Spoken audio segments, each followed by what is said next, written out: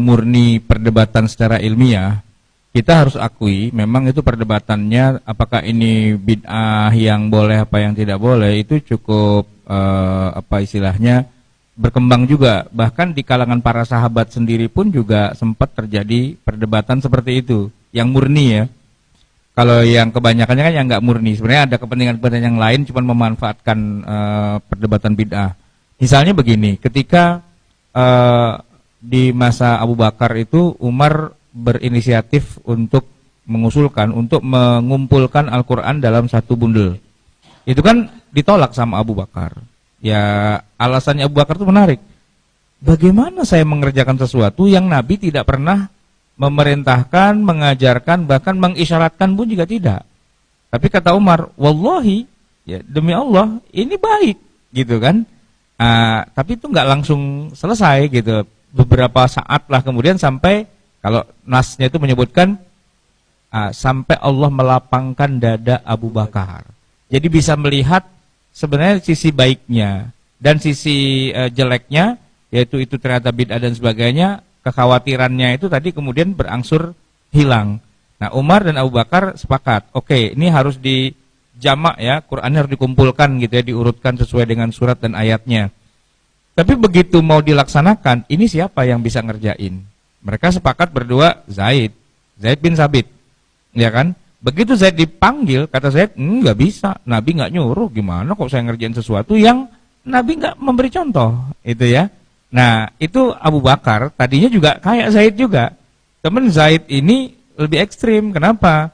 Gini aja lah Abu Bakar, saya kan wajib taat kepada Anda kan Amirul Mukminin, saya taat. Tapi kalau taatnya dalam rangka maksiat, ini saya nggak mau, gitu loh. Jadi dianggap maksiat itu, karena nggak ada contoh dari Nabi kan. Mending gini aja, suruh aja saya memindahkan Jabal Uhud. Nah itu lebih mudah bagi saya, karena ini nggak maksiat. Tapi kalau ngumpulin Quran tuh maksiat. Itu pandangannya seorang Zaid loh itu, ya kan?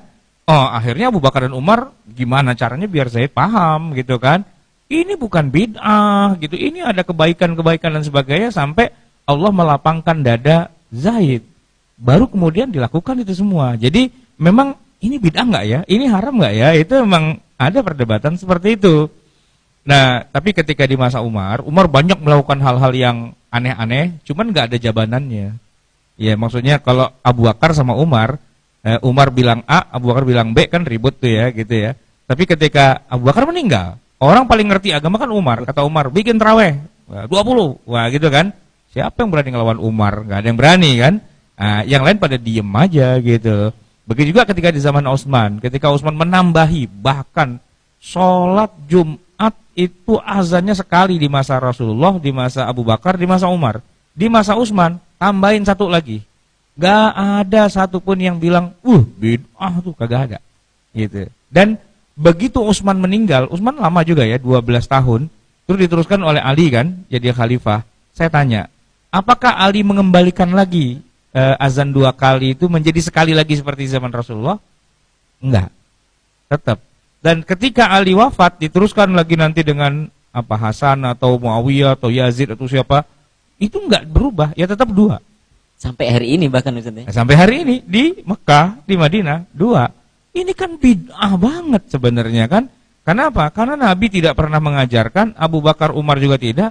Terus tiba-tiba Utsman mengatakan azan tambahin 1 lagi. Jadi 2 gitu. Nah sekarang saya tanya, itu bid'ah enggak? Nah saat itu karena orang yang paling ngerti agama tinggal Utsman aja, yang lain tinggal oh ya udahlah gitu kan. Bahkan kalau dipikir-pikir begini Pak, alasan Utsman tuh masuk akal. Karena kan Madinah makin lama makin banyak orang. Jadi kalau dibikin azan 2 kali, logikanya sederhana. Apa? Ya biar orang tuh pada ngumpul lah, persiapan-persiapan gitu kan. Tapi masalahnya sekarang begini, sekarang di Mekah, di Madinah itu sudah ada tuh menaranya jadi tinggi banget tuh, speaker semua tuh. Ya kan, ini kan speaker semua kan kedengeran orang se-Mekah itu kan. Ngapain lagi azannya pakai 2? Tapi ternyata tetap 2. Tetap 2 azannya. Nah, ini kan jadi sesuatu yang apa? Para sahabat itu kalau mau dituduh-tuduh siapa sih yang bikin bid'ah pertama kali? Ya para sahabat sebenarnya. Nah, ketika di awal-awal, ketika mereka belum terlalu paham, mereka berdebat. Tapi setelah seiring berjalannya waktu, ternyata mereka paham.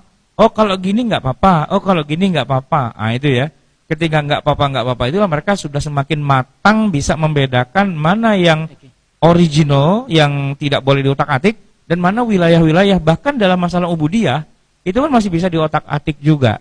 Nah konsep itulah yang kemudian sepanjang zaman itu kalau orangnya paham, insya Allah gampang. Tapi kalau orang yang nggak paham, nah ini jadi bahan perdebatan lagi. Kan perdebatannya muncul karena mereka nggak paham konsep dasarnya. Mana yang bisa diidofiyahkan gitu ya, mana yang wah di sini nggak boleh nih, nggak boleh ditambah-tambah, nggak boleh dikurangin. Perdebatannya di wilayah itu sebenarnya. Tapi di zaman para sahabat di awal itu sudah terjadi.